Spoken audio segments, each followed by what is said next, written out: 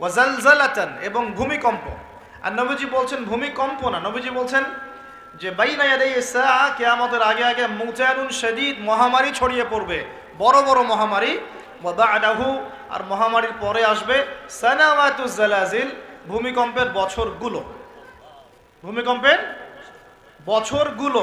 সানা মানে একটা বছর, সানাওয়াত মানে অনেকগুলো বছর, জালজালা মানে ভূমিকম্প, জালাজিল মানে ভূমিকম্প সমূহ, অর্থাৎ ভূমিকম্পের বছরগুলো আসছে পৃথিবীর সামনে। এই কয়েকটা প্রশ্ন মনের মধ্যে খুব দানা বাঁধছে যে কেন, যে পাপগুলোর কারণে এই জালজালা আসবে নবীজি বললেন। এই যে পাপগুলো আপনাকে বললাম একটু আগে, যে পাপগুলোর কারণে জালজালা ভূমিকম্পগুলো আসে, এই পাপ তো আমরাই সবচেয়ে বেশি করছি। তা আসা তো কথা আমার এখানে থাকে, বুঝতে পারছেন না মনে হয়? মাদক দ্রব্যের প্রচলন বাংলার মাটিতে বেশি না কম? কত বেশি? প্রচন্ড রকম বেশি। বেশি না? নগ্নতা, বেহায়াপনা বেশি না কম? গান বাজনা, বাদ্যযন্ত্র বেশি না কম? সংস্কৃতির দোহাই দিয়ে আমরা সবাইকে এগুলো শোনাচ্ছি কিনা? করাপশন, দুর্নীতিতে আমরা কত নাম্বার? আজকে আসছি 12, আগে ছিল 13, আজকে হয়েছে 12। মাশাআল্লাহ, উন্নতি হয়েছে আমাদের। আচ্ছা, তারপরে এই যে আমানতের খেয়ানতে আমরা পটু না কম না বেশি? একটা হাতি উপর থেকে আস্তে আস্তে এখানে মাছি হয়ে যায় কিনা? একটা হাতি উপর থেকে আস্তে আস্তে মাছি হয়ে যায় কিনা? মানুষ সম্পদ লুটে পুটে খাচ্ছে কিনা? তো ভূমিকম্প আসার যে কারণগুলা, এগুলো তো আমরা ফার্স্ট। আর ওই বিজ্ঞানী, যে বিজ্ঞানীর কথা বললাম, তার ব্যাপারে আজকে রিসার্চ করতে গিয়ে দেখলাম সে আরও একটা নিউজ দিয়েছে। সে বলেছে যে খুব সাম্প্রতিক সময়ে, অদূর ভবিষ্যতে, সে বলছে যে চায়না, পাকিস্তান, বাংলাদেশ, আফগানিস্তান, এই পুরো কন্টিনেন্টে আরেকটা ভয়াবহ ভূমিকম্প হতে যাচ্ছে। সাল্লাল্লাহু আলাইহি ওয়াসাল্লাম একটা অনবদ্য হাদিসের মধ্যে বলছেন, ইযা তুখিযাল ফাইউ দুলান, যখন রাষ্ট্রীয় সম্পদ বা গনিমতের মালগুলোকে মানুষ ব্যক্তিগত সম্পদ মনে করবে, মানুষ মনে করছে কিনা? ওয়াল আমানাতু মাগনামান, আমানত রাখা হলে সেটা মানুষ গনিমত মনে করে খেয়ে ফেলবে। ওয়াজ যাকাতু মাগরামান, এবং যাকাত প্রদান করাটাকে মানুষ বোঝা মনে করবে, মানুষ যাকাত প্রদান করতে চাইবে না। চলছে কিনা এমন সমস্যা? ওয়া তুউল্লিমা লিগাইরিদ দ্বীন, ধর্ম বিবর্জিত শিক্ষা ব্যবস্থা চালু হবে। হয়েছে কিনা? মানুষ জ্ঞান অর্জন করবে, কিন্তু জ্ঞান অর্জনের উদ্দেশ্য হবে দুনিয়া। দিন ধর্ম বিবর্জিত শিক্ষা ব্যবস্থা চালু করা হবে। নবীজি আগেই বলেছেন সাল্লাল্লাহু আলাইহি ওয়াসাল্লাম। নবীজি বলছেন যে ওয়াতা'a আর-রাজুলু ইমরাতাহ, পরিবারের স্বামী বা কর্তা সে পরিবারের স্ত্রীর আঁচল ধরে থাকবে, তার আনুগত্য করবে। ওয়া আক্কা উম্মাহ, এবং তার মাকে, মায়ের সাথে দুর্ব্যবহার করবে, মায়ের হক আদায় করবে না। এমনটা হচ্ছে কিনা? নবীজি বলছেন ওয়াদনা সাদিকাহ, মানুষ তার বন্ধু বান্ধবীদেরকে কাছে টেনে নিবে। ও আকসা আবাহ, এবং তার বাবাকে দূরে ঠেলে দিবে। এমনটা হচ্ছে কিনা? আচ্ছা। ও শুরিবাতিল খুমর, এবং বেশি বেশি মাদকদ্রব্য সেবন করা হবে। হচ্ছে কিনা? এখনকার যুবকদের অন্যতম প্রধান সমস্যা কি বলেন? মাদকদ্রব্য নয় কি? মাদক। আর মাদকের চেয়ে একটা ভয়াবহ মাদক আছে, মাদকের চাইতেও একটা ভয়াবহ মাদক আছে, তার নাম হচ্ছে পর্নোগ্রাফি। তার নাম কি? পর্নোগ্রাফি, অশ্লীল ছবি দেখা। এটাও একটা মাদক। তো নবী সাল্লাল্লাহু আলাইহি ওয়াসাল্লাম বলেছিলেন অনেক দিন আগেই, প্রায় 1400 বছর আগে, ওয়া শুরিবাতিল খুমর, বেশি বেশি মাদকদ্রব্য সেবন করা হবে। ওয়া যহরাতিল কায়নাত ওয়াল মাআজিফ, এবং প্রচুর নর্তকী গায়িকার প্রচলন ঘটবে। ঘটেছে কিনা? ওয়াল মাআজিফ, এবং বাদ্যযন্ত্রের প্রচলন বেড়ে যাবে। বেড়েছে কিনা? নবীজি অন্য হাদিসে বলেছেন লা ইয়াশরাবান্না আন-নাস মিন হাযিহিল উম্মাল খামর ইউসাম্মুনাহা বিগাইরি ইসমিহা, এই উম্মতের এক অংশের মানুষ মাদকদ্রব্য সেবন করবে, কিন্তু তার নাম রাখবে ভিন্ন। মাদককে মাদক বলবে না, ভিন্ন নামে সম্বোধন করবে। নবীজি বলছেন ইউজাফু আলা রুউসিহিমুল মাআজিফ, মানুষের মাথার উপরে, মাথার কাছে বাদ্যযন্ত্র বাজতে থাকবে। এর ব্যাখ্যা আমরা বুঝতে পারতাম না, এখন বুঝতে পারি। মানুষের মাথার কাছে, কানের ভিতরে কেমন করে বাদ্যযন্ত্র বাজতে পারে, কিভাবে বাজতে পারে? ইয়ারফোন, ব্লুটুথ, সবার কানে কানে, সবাই গান শুনছে, নাউজুবিল্লাহ। বাদ্যযন্ত্র কানের ভিতরে না? নবীজি 1400 বছর আগে বলে গেছেন ইউজাফু আলা রুউসিহিম বিল মাআজিফ, মাথার উপরে, এখানে কানের কাছে, মাথার উপরে বাদ্যযন্ত্র বাজতে থাকবে। নবীজি বলছেন ওয়াজহরাতিল কায়নাত, এই যে গায়িকা নর্তকীদের সংখ্যা বাড়তে থাকবে। ওয়াল মাআজিফ, বাদ্যযন্ত্র বাড়তে থাকবে। ওয়াল মুগান্নিয়াত, এবং গান গায় যে মহিলা, এদের সংখ্যা বাড়তে থাকবে। বাড়ছে কি না? বাড়ছে। নবীজি আরো বলেছেন ওয়ালাআনা আখির হাযিহিল উম্মাহ উলাহা, এই উম্মতের শেষের দিকের মানুষেরা প্রথম দিকের মানুষদেরকে গালিগালাজ করবে। করছে কি না? শেষের দিকের মানুষেরা প্রথম দিকের মানুষদেরকে গালিগালাজ করবে, বলবে ইসলাম তো ওই যুগে চলতো, এই যুগে চলে না। ইসলাম তো ওই যে সেকেলে ধর্ম, মধ্যযুগীয়, বর্বর। এই কথাগুলো শোনেন কি না? উম্মতের শেষের দিকের লোকেরা প্রথম দিকের মানুষদেরকে গালিগালাজ করবে। নবীজি আরো বলছেন যে ওয়াসাদা কবিলুহু ফাসিকুহুম, একটা কওমের সর্দার হবে ওই কওমের সবচেয়ে ফাসিক ব্যক্তি। নাউজুবিল্লাহ।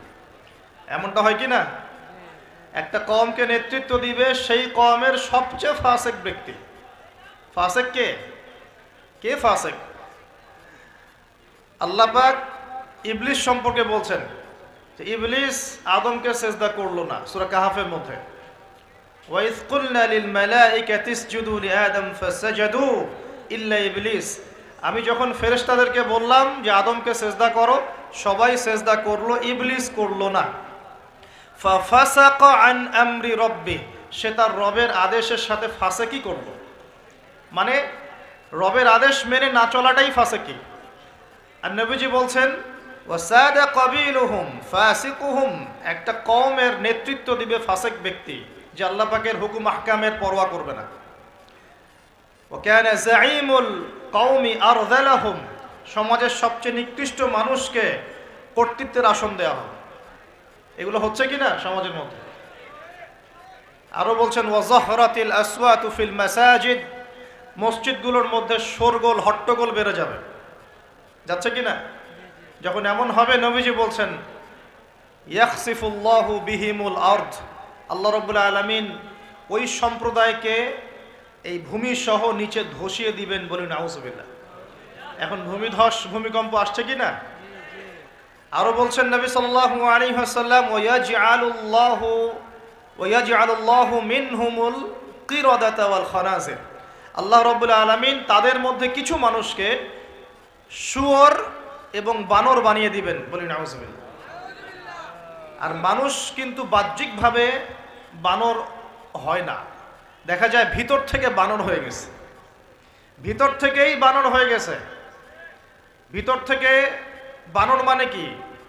বানর হচ্ছে এমন প্রাণী যে পাবলিকলি জেনা করে। বানরের স্বভাবটা আপনাকে বলছি। বানরের স্বভাব কি? প্রাইভেট লাইফ আর পাবলিক লাইফের পার্থক্য বানর বোঝে না।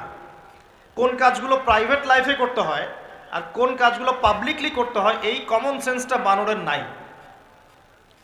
আমার কথা কি বুঝতে পারছেন? প্রাইভেট লাইফ মানে যে কাজগুলো আমরা ব্যক্তিগত জীবনে করি, গোপন কাজ।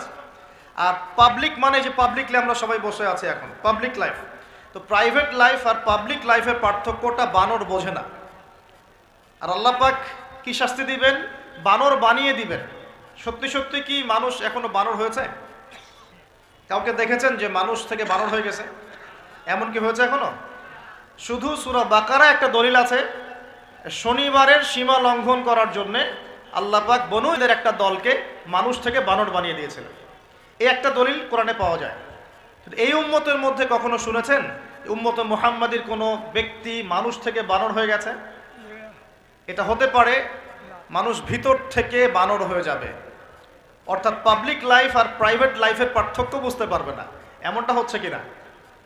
মানুষ এখন পাবলিক লাইফ আর প্রাইভেট লাইফটা একাকার করে ফেলছে না? বিয়ে করেছে, স্ত্রীকে দেখবে সে, ভালোবাসবে সে, স্ত্রী সাজবে তার জন্যে, এগুলো সব প্রাইভেট ব্যাপার। এগুলোকে মানুষ পাবলিক করে ঘুরে বেড়াচ্ছে না? বুঝতে পারছেন না মনে হয়? বাসায় শুয়ে আছেন, স্ত্রীর সাথে গল্প করছেন, প্রাইভেট বিষয়। এটাকে ফেসবুকে ছবি তুলে যারা দিল, সে প্রাইভেট লাইফটাকে পাবলিক করে দিল না? মানুষ প্রাইভেট লাইফ আর পাবলিক লাইফের পার্থক্য বুঝতে পারছে না এখন। নবীজি আরো বলছেন, ওয়াজআলুল্লাহু মিনহুমুল কিরাদাতা ওয়াল খানাজির, এবং আল্লাহ পাক তাদের মধ্যে কিছু শুয়োরও বানিয়ে দিবেন। কি বানিয়ে দিবেন? শুয়োর কেমন? ওর সামনে ভালো কিছু দিবেন, ভালো কিছু, ফ্রেশ খাবার দেন, ভালো কিছু দেন, টাটকা খাবে না। বাসি পচা নোংরা আবর্জনা তার সামনে দিবেন, খুব মজা করে করে খাবে। এখান থেকে কি বুঝলাম? এক শ্রেণীর মানুষ বের হবে এই উম্মতে, যারা হালাল জিনিস ওদের কাছে ভালো লাগবে না, হারাম ভালো লাগবে। বুঝতে পারছেন না মনে হয়? হালাল খাবার দেন, ভাল লাগে না, হারাম মাদক খেতে হয়, গাঁজা খেতে হয়, ইয়াবা খেতে হয়, ফেন্সিডিল খেতে হয়, না হলে ঘুমিয়ে আসে না। গরুকে চড়াবেন তামাকের মাঠ, তামাক যেখানে চাষ হয়। আমরা ওই যে বান্দরবন ওই এলাকার দিকে প্রোগ্রাম করতে গিয়ে দেখেছিলাম, মানে বিঘার পর বিঘা জমিতে খালি তামাক চাষ হচ্ছে, তামাক। তো ওই জমিগুলোর মধ্যে গরু ছাগল চড়ে না, কারণ গরু ছাগলও জানে যে এগুলো খাওয়ার জিনিস না। বুঝতে পারছেন কথা? কিন্তু মানুষ গোগ্রাসে খাচ্ছে, ডলছে, খাচ্ছে, টানছে। শুয়োর কেমন প্রাণী? যার সামনে ভালো কিছু দিলে সে খাবে না, খারাপটা দিলে আপনি খাবেন। হালাল ভালো লাগছে না, হারাম ভালো লাগছে। আল্লাহ পর্দাকে হালাল করেছেন, পর্দা ভালো লাগে না, বেপর্দামি ভালো লাগে। আল্লাহ পাক, আল্লাহ রাব্বুল আলামিন ইসলাম নাজিল করেছেন, কোরআন সুন্নাহ ভালো লাগে না, মানব রচিত ধর্ম ভালো লাগে, মানব রচিত বিধান ভালো লাগে। আল্লাহ রাব্বুল আলামিন হালাল খাবার দিয়েছেন, ভালো লাগছে না, খাবারটাকে ম্যানুফ্যাকচার করে ভেজাল দিয়ে খাওয়াতে হবে। আল্লাহ পাক দিয়েছেন পবিত্র সম্পর্ক, পবিত্র সম্পর্ক ভালো লাগে না, অপবিত্র জেনা ভালো লাগে। আল্লাহ পাক দিয়েছেন পবিত্র বৈবাহিক সম্পর্ক, ভালো লাগে না, পরকীয়া ভালো লাগে। এটাই হতে পারে সেই ব্যাখ্যা আল্লাহ পাক বলছেন, তার নবীর মাধ্যমে জানাচ্ছেন। আল্লাহ পাক এই উম্মতের কিছু মানুষকে বানর বানিয়ে দিবেন, আবার শুয়োর বানিয়ে দিবেন। ভিতর থেকে বানর আর শুয়োর হয়ে যাচ্ছে মানুষ।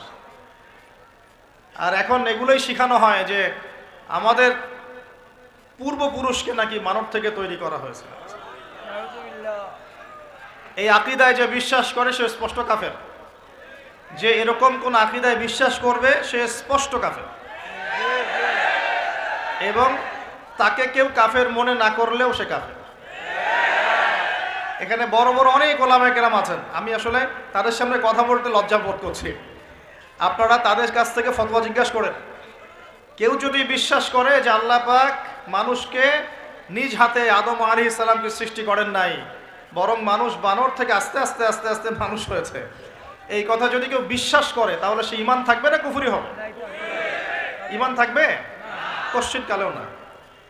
একজনকে চার্জ করা হচ্ছে। অবশ্যই এখানে একটা বিষয় আছে, এটা হয়তো সবাই ধরতে পারছে না। এখানে কিন্তু ইস্যু কয়েকটা আছে। একটা হচ্ছে বিবর্তনবাদ, একটা হচ্ছে ইতিহাস বিকৃতি, একটা হচ্ছে ইসলামিক যে মুভমেন্ট সেটাকে সবার সামনে নেগেটিভলি উপস্থাপন করা। এরকম কিছু ইস্যু কিন্তু উঠেছে। আমরা কিন্তু ব্যস্ত হয়ে আছি এই বানর আর মানুষ নিয়ে, তাই না? এখানে বানর আর মানুষটা মূল জিনিস না। এই পুরো জিনিসটার মূল বিষয়টা হচ্ছে এমন কিছু প্রবর্তন করার চেষ্টা করা হচ্ছে যেগুলোর উপরে যদি আমাদের প্রজন্ম 10, 20, 30 বছর পড়াশোনা করে, তাহলে 20 বছর পর একটা প্রজন্ম আসবে যারা আল্লাহকেই চিনবে না। এইটা উদ্দেশ্য ছিল, এটা উদ্দেশ্য। আরেকটা বড় উদ্দেশ্য হচ্ছে ইতিহাসকে বিকৃত করা। খেয়াল করে দেখবেন, ফরায়েজি আন্দোলন, হাজী মোহাম্মদ শরীয়তুল্লাহ, তিতুমির, এই যে ইংরেজ বিরোধী বিপ্লবে যারা সর্বোচ্চ নেতৃত্ব দিয়েছিলেন, আলহামদুলিল্লাহ, তাদের নামগুলো আস্তে আস্তে আস্তে আস্তে কিন্তু মুছে ফেলার চেষ্টা করা হচ্ছে। এবং এই জায়গায় কিন্তু এমন কিছু শাসনকে হাইলাইট করা হচ্ছে, যেমন সেন শাসন, খেয়াল করেন নাই? তাদেরকে হাইলাইট করার চেষ্টা করা হচ্ছে এটা খুব ভালো ছিল। একটা জায়গায় দেখলাম লিখেছে ওইটা নাকি গণতান্ত্রিক ছিল। তা আমরা প্রশ্ন করতে চাই, ওই সময় গণতন্ত্র ছিল? সেন আর পাল বংশের সময় গণতন্ত্র বলে কিছু ছিল? কি দিয়ে মানুষকে কি শেখাচ্ছে আল্লাহ ভালো জানে। তো শিক্ষা ব্যবস্থার বেহাল দশা। কি দশা? বেহাল দশা।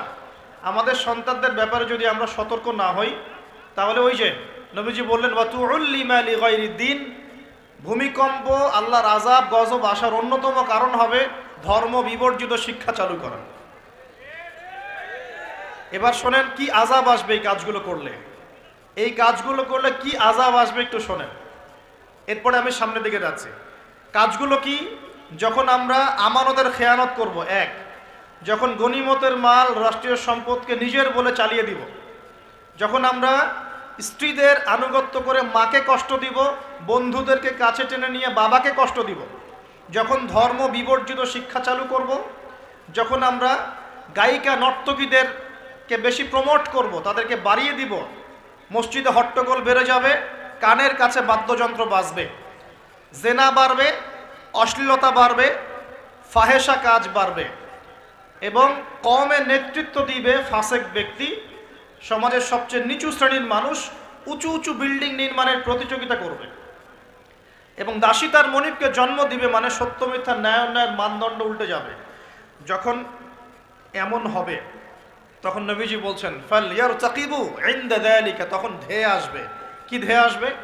এক নাম্বার রিহান হামরা, উত্তপ্ত, কঠিন উত্তপ্ত একটা গরম বাতাসের আযাব পৃথিবীবাসীর দিকে আসতে থাকবে। এমন আযাব কি এসেছে? গরম উত্তপ্ত বাতাস কি আসছে? একটু নাসার গবেষণাগুলো করে দেখেন বাসায় গিয়ে। তারা বলছে সূর্যের মধ্যে এখন কিছু বিক্রিয়া চলছে, বিস্ফোরণ চলছে। এমন হতে পারে অতি শীঘ্রই পৃথিবীর দিকে উত্তপ্ত গরম বায়ুর আযাব আসা শুরু করবে। দেখেন হাদিসের সাথে এক্স্যাক্টলি মিলে গেছে। আল্লাহু আকবার।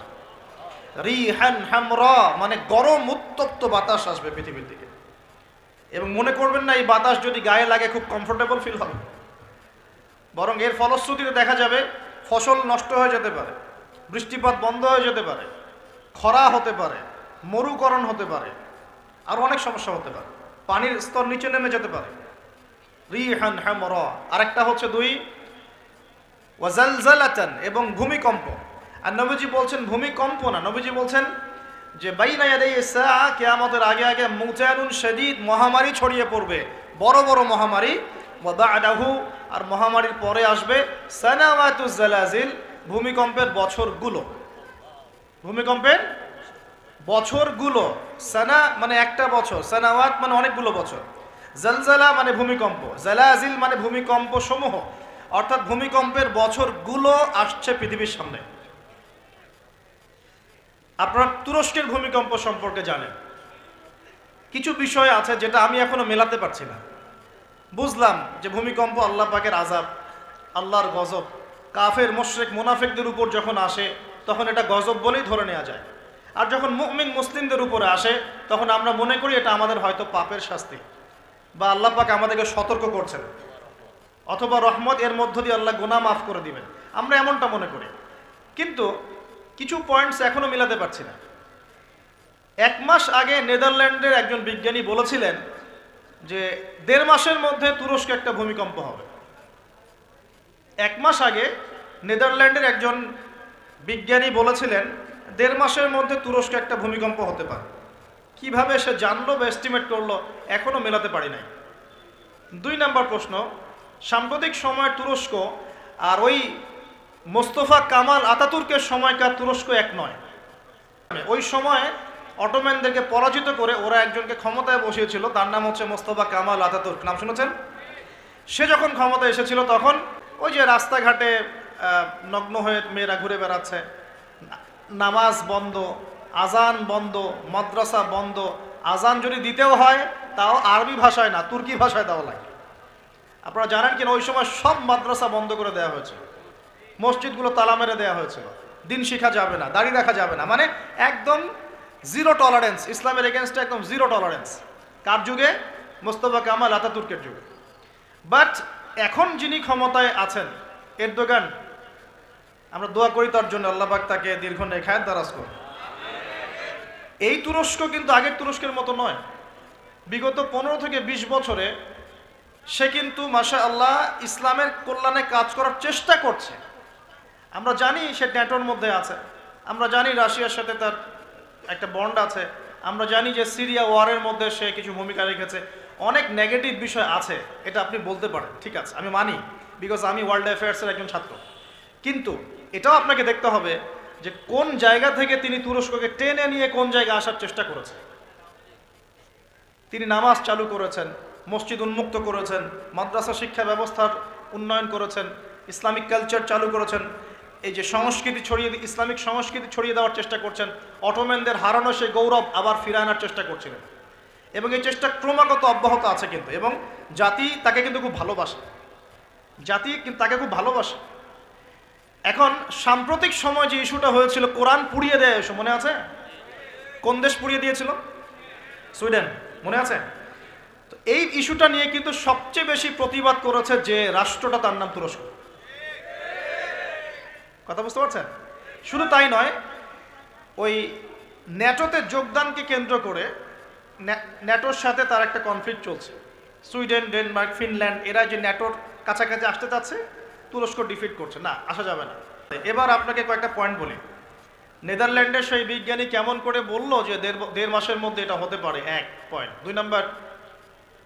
দুই নাম্বার হচ্ছে এই কয়েকটা ইস্যুর পরে কোরআন পুড়িয়ে দেয় ইস্যু, তুরস্কের প্রতিবাদ, ন্যাটোর কনফ্লিক্ট ইত্যাদি, এই ইস্যুগুলোর মধ্য দিয়ে যখন উত্তপ্ত বাক বিনিময় হচ্ছে, তখন ব্রিটেন, জার্মানি আর ইউএসএ তারা বলে দিয়েছিল 7 দিন 10 দিন আগেই বলে দিয়েছিল যে আগামী 10 দিনের মধ্যে তুরস্কে একটা ভয়াবহ হামলা হতে পারে। কি হতে পারে? হামলা। তারা বলেছে সন্ত্রাসী হামলা হতে পারে। রাষ্ট্রমন্ত্রী ব্রিফ করছিলেন, দেখলাম তিনি বলছেন যে তারা বলছে আমাদের এখানে কিছু একটা হবে, কিন্তু কি হবে, কিভাবে হবে তারা বলছে না। এই পয়েন্টটা এখনো মিলাতে পারছি না। আর তৃতীয় পয়েন্টটা আরো মারাত্মক। এই ভূমিকম্পের ঠিক 2 দিন আগে, 3 দিন আগে ওই 3টা কান্ট্রি তুরস্ক থেকে তাদের কনসুলেট, যে পররাষ্ট্র অধিদপ্তরগুলো থাকে, এগুলো গুটিয়ে চলে গেছে দেশে। তারা কেন 2 দিন আগে 3 দিন আগে সব গুটিয়ে চলে গেল? তবে কি তারা কিছু জানতো? তবে কি এখানে কোনো কিন্তু আছে? থাকতেও পারে, থাকতে পারে। আমরা তো গায়েবের খবর জানি না, জানি গায়েবের খবর আমরা জানি না। তবে এই কয়েকটা প্রশ্ন মনের মধ্যে খুব দানা বাঁধছে যে কেন, যে পাপগুলোর কারণে এই জালজালা আসবে নবীজি বললেন। এই যে পাপগুলো আপনাকে বললাম একটু আগে, যে পাপগুলোর কারণে জালজালা ভূমিকম্পগুলো আসে, এই পাপ তো আমরাই সবচেয়ে বেশি করছি। তা আসা তো কথা আমার এখানে থাকে, বুঝতে পারছেন না মনে হয়? মাদকদ্রব্যের প্রচলন বাংলার মাটিতে বেশি না কম? কত বেশি? প্রচন্ড রকম বেশি। বেশি না? নগ্নতা, বেহায়াপনা বেশি না কম? গান বাজনা, বাদ্যযন্ত্র বেশি না কম? সংস্কৃতির দোহাই দিয়ে আমরা সবাইকে এগুলো শোনাচ্ছি কিনা? করাপশন, দুর্নীতিতে আমরা কত নাম্বার? আজকে আসছি 12, আগে ছিল 13, আজকে হয়েছে 12। মাশাআল্লাহ, উন্নতি হয়েছে আমাদের। আচ্ছা, তারপরে এই যে আমানতের খেয়ানতে আমরা পটু না কম না বেশি? একটা হাতি উপর থেকে আস্তে আস্তে এখানে মাছি হয়ে যায় কিনা? একটা হাতি উপর থেকে আস্তে আস্তে মাছি হয়ে যায় কিনা? মানুষ সম্পদ লুটে পুটে খাচ্ছে কিনা? তো ভূমিকম্প আসার যে কারণগুলা, এগুলো তো আমরা ফার্স্ট। তাহলে ওখানে এত বড় আযাব কেন? এটা প্রশ্ন না? আল্লাহ পাক উত্তর ভালো জানেন। তবে হতে পারে এটা পুরো মুসলিমদের জন্য একটা শিক্ষা। যদি তোমরা সতর্ক না হও তাহলে তোমাদের কাছেও কিন্তু এই আযাব আসবে।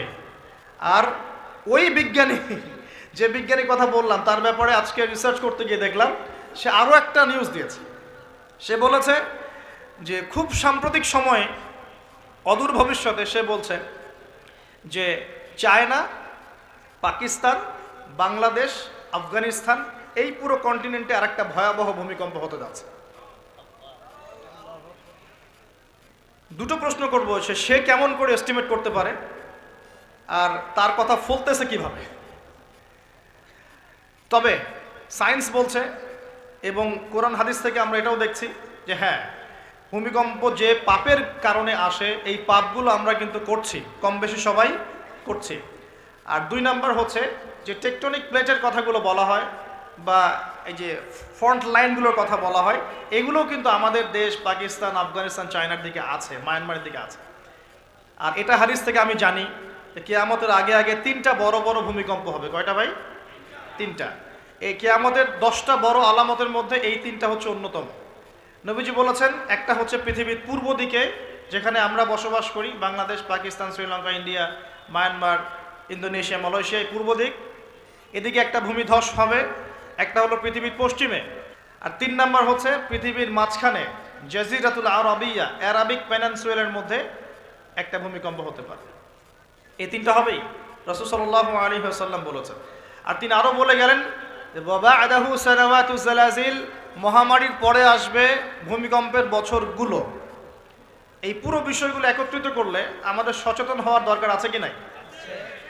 এখন কি আমরা সবাই 20-30 তলা বিল্ডিং বানানো শুরু করব? সচেতন মানে কি? আমরা কি আশ্রয় কেন্দ্র বেশি বেশি বানানো শুরু করব? আমরা আরো ওই যে কিছু কিছু সিমেন্টের অ্যাড দেখায়, এই সিমেন্টে বাড়ি বানালে ভূমিকম্পেও কাঁপবে না, এগুলো করব আমরা? নাকি সর্বপ্রথম কি প্রয়োজন? আধ্যাত্মিক পবিত্রতা প্রয়োজন, তাসকিয়া প্রয়োজন। আল্লাহ পাক আমাদের সবাইকে তওবা করে ফিরে আসার তৌফিক দান করুন। আপনারা বাসায় গিয়ে একটা প্রযুক্তি সম্পর্কে পড়াশোনা করেন, আমি আর কিছু বলে দিব না পাবলিকলি। প্রযুক্তিটার নাম হচ্ছে হার্প, HAARP, হার্প। এই প্রযুক্তি কি, কেন, এর দিয়ে কি করা যায় না করা যায়, এটা নিয়ে একটু বাসায় গিয়ে পড়াশোনা করে দেখেন, মনে থাকবে? HAARP, হার্প, মনে থাকবে? এখনই গুগল সার্চ করে রেখে দেন, বাসায় গিয়ে পড়াশোনা করেন কি জিনিস এটা, কি করা যায় এটা দিয়ে। প্রত্যেক ভূমিকম্পেই পৃথিবীর আর্নিক গতির পরিবর্তন হচ্ছে। সায়েন্টিস্টরা এখন বলছেন পৃথিবীর ভিতরে ইনার কোর বলে যে জায়গাটা আছে, এটা এখন উল্টা দিকে ঘোরা শুরু করেছে। তো একদিন যে 1 বছরের সমান হবে এই বিষয়ে আমার কোনো সন্দেহ নাই। মহাবিশ্বে এমন কিছু একটা হবে যাতে করে পৃথিবীর আর্নিক গতির মধ্যে পরিবর্তন আসবেই। না হলে নবী সাল্লাল্লাহু আলাইহি ওয়াসাল্লাম বলতেন না প্রথম দিনটা হবে 1 বছরের সমান। সাহাবীরাও প্রশ্ন করছেন, ইয়া রাসূলুল্লাহ সাল্লাল্লাহু আলাইহি ওয়াসাল্লাম, আমরা তখন কিভাবে নামাজ পড়ব? নবীজি বললেন, তোমরা অনুমান করে হিসেব করে নামাজ পড়ে নিবে। মনে করেন যদি এখন সূর্য আর না ওঠে, তাহলে কি আমরা একটা টাইম বের করে করে নামাজ পড়তে পারবো না? মনে করেন সকালে সূর্য উঠেছে আর রাত হচ্ছে না, আটকে গেছে পৃথিবী, তাহলে কি টাইম হিসেব করে করে নামাজ পড়তে পারবো কি না? নবীজি এই পরামর্শ দিচ্ছিলেন যে তোমরা সময় হিসেব করে নামাজ পড়ে নেবে। দ্বিতীয় দিনটা হবে 1 মাসের সমান, আর তৃতীয় দিনটা হবে 1 সপ্তাহের সমান। এবং সে এই পৃথিবীটাকে শাসন করবেই। এবং নবীজি একটা হাদিসে বলছেন, পৃথিবীর মক্কা মদিনা বাদ দিয়ে এমন কোনো জায়গা নাই যেখানে সে বিচরণ করবে না। সলফে সালাহিন বলছেন তার বিচরণ দুভাগেও হতে পারে। এক, সে নিজে বিচরণ করবে, আল্লাহ তাকে সেই ক্ষমতা দিবেন, অথবা সে প্রত্যেকটা জায়গায় তার অনুসারী তৈরি করবে যারা তার হয়ে কাজ করবে। দুটো ব্যাখ্যাই যৌক্তিক, যৌক্তিক না? একজন ব্যক্তি কি একা একাই বিশ্বকে শাসন করতে পারে, নাকি তার কোনো ফলোয়ার্স লাগবে? ফলোয়ার্স লাগবে না? এখানে তার ফলোয়ার্স কারা? নবীজি বলছেন ইস্পাহানের 70,000 ইহুদি তাকে ফলো করবে। কত হাজার? 70,000। আর আপনাদেরকে জানিয়ে রাখি, তাদের ধর্মগ্রন্থে একটা ধোঁকা আছে। কি ধোঁকাবাজি? তারা মনে করে যে তাদের একজন মাসিহ আসবে। কে আসবে? মাসিহ মানে ত্রাণকর্তা, উদ্ধারকারী, যে আসলে তারা বিশ্বকে শাসন করবে। কারা এমনটা মনে করে? ইহুদিরা মনে করে। তারা মনে করে তাদের একজন মাসিহ আসবে, তারা যখন আসবে তখন তারা বিশ্বটাকে শাসন করা শুরু করবে। আস্তে আস্তে কি তারা বিশ্ব শাসন করছে কি না বলেন? ধীরে ধীরে কি তারা বিশ্বের শাসন ক্ষমতার দিকে এসেছে কি আসে নাই? আসছে। যদি আপনি পড়াশোনা করেন তাহলে দেখবেন বিশ্বের বড় বড় ডিপার্টমেন্টগুলো, for example geopolitics, political system, economics, finance, media, প্রযুক্তি, এই যে বড় বড় ডিপার্টমেন্টগুলো আছে, এগুলো কিন্তু মোটামুটিভাবে তারা শাসন করা শুরু করেছে। শুধু প্রকাশ্যে এসে ঘোষণা দেওয়া বাকি আছে। ভাইরা, ঈমান সবচেয়ে বড় শক্তি। ঈমানই সব কিছু, আমলই সব কিছু, ইসলামই সব কিছু। আমরা যেগুলোর পিছনে ছুটছি, যে মেয়ে, গার্লফ্রেন্ড, পর্নোগ্রাফি, ফ্রি মিক্সিং, হ্যাঁ, অহেতুক কিছু সময় নষ্ট করা, মারামারির মধ্যে লিপ্ত হওয়া, কিশোর গ্যাং, ড্রাগ অ্যাডিকশন, এগুলো সব ধোঁকাবাজি। এগুলো আপনাকে শান্তি দিবে না। আপনাকে শান্তি দিবে দুটো জিনিস। এক হচ্ছে 5 ওয়াক্ত সালাত, আর 2 নম্বর হচ্ছে আল্লাহ রাব্বুল আলামিনের কোরআনুল কারীম ইনশাআল্লাহ। নিয়াত করতে পারি তো ইনশাআল্লাহ 5 ওয়াক্ত নামাজ পড়বো জামাতে, আর রমজান মাসে কোরআন খতম দিব ইনশাআল্লাহ। যারা কোরআন পড়তে জানি না, রমজান আসার আগেই কোরআন তেলাওয়াত করা শিখবো ইনশাআল্লাহ। যারা জানি, পুরো রমাজানে আলিফ লাম মিম থেকে শুরু করে একদম মিনাল জিন্নাতি ওয়ান নাস পর্যন্ত আমরা অর্থ সহ পড়বো ইনশাআল্লাহ। পারা যাবে ইনশাআল্লাহ। ইন্নামাল আমালু বিন্নিয়াত, কাজের ফলাফল কিসের উপর? নিয়াতের উপর। নিয়াত করেন ইনশাআল্লাহ তাআলা, আল্লাহ রাব্বুল আলামিন আপনাকে তৌফিক দিবেন ইনশাআল্লাহ। রমজানে এত বেশি বাইরে বের হবেন না, মানুষের সাথে বেশি আড্ডাবাজি করবেন না, অহেতুক গল্পে লিপ্ত হবেন না, টিভি সিরিয়াল ফেসবুক ইউটিউব নিয়ে পড়ে থাকবেন না। রমজান মাসে বেশি বেশি ফরজের পাশাপাশি নফল আমল করবেন, কোরআন তেলাওয়াত করবেন, জিকির আজগার করবেন, তাসবিহ তাহলিল করবেন, আলেম ওলামাদের সাথে এসে বসবেন, দার্সে এসে বসবেন, তালিম করবেন, মানুষকে ইফতার করাবেন, ইফতার বিতরণ প্রজেক্ট করবেন, মানবতার সেবায় কাজ করবেন, সৎ কাজে আদেশ করবেন, অসৎ কাজে নিষেধ করবেন। রমজানটাকে একটা আমলের মৌসুম বানিয়ে নেবেন ইনশাআল্লাহ। পারবো তো ইনশাআল্লাহ? নবীজি বলেছেন সেই ব্যক্তির জন্য ধ্বংস যে রমজান মাসকে পেয়েছে কিন্তু রমজানকে পেয়েও তার গোনাহ মাফ করাতে পারে নাই। আল্লাহ আমাদেরকে হেফাজত করুন বলি আমিন। আল্লাহ পাক যাদেরকে দিয়ে কাজ নিবেন আল্লাহ পাক তাদেরকে তৈরি করবেন, নতুন প্রজন্ম আল্লাহ পাক নিয়ে আসবেন। কোরআনকে কেউ মিটিয়ে ফেলতে পারবে না, সুন্নতকে কেউ মিটিয়ে ফেলতে পারবে না।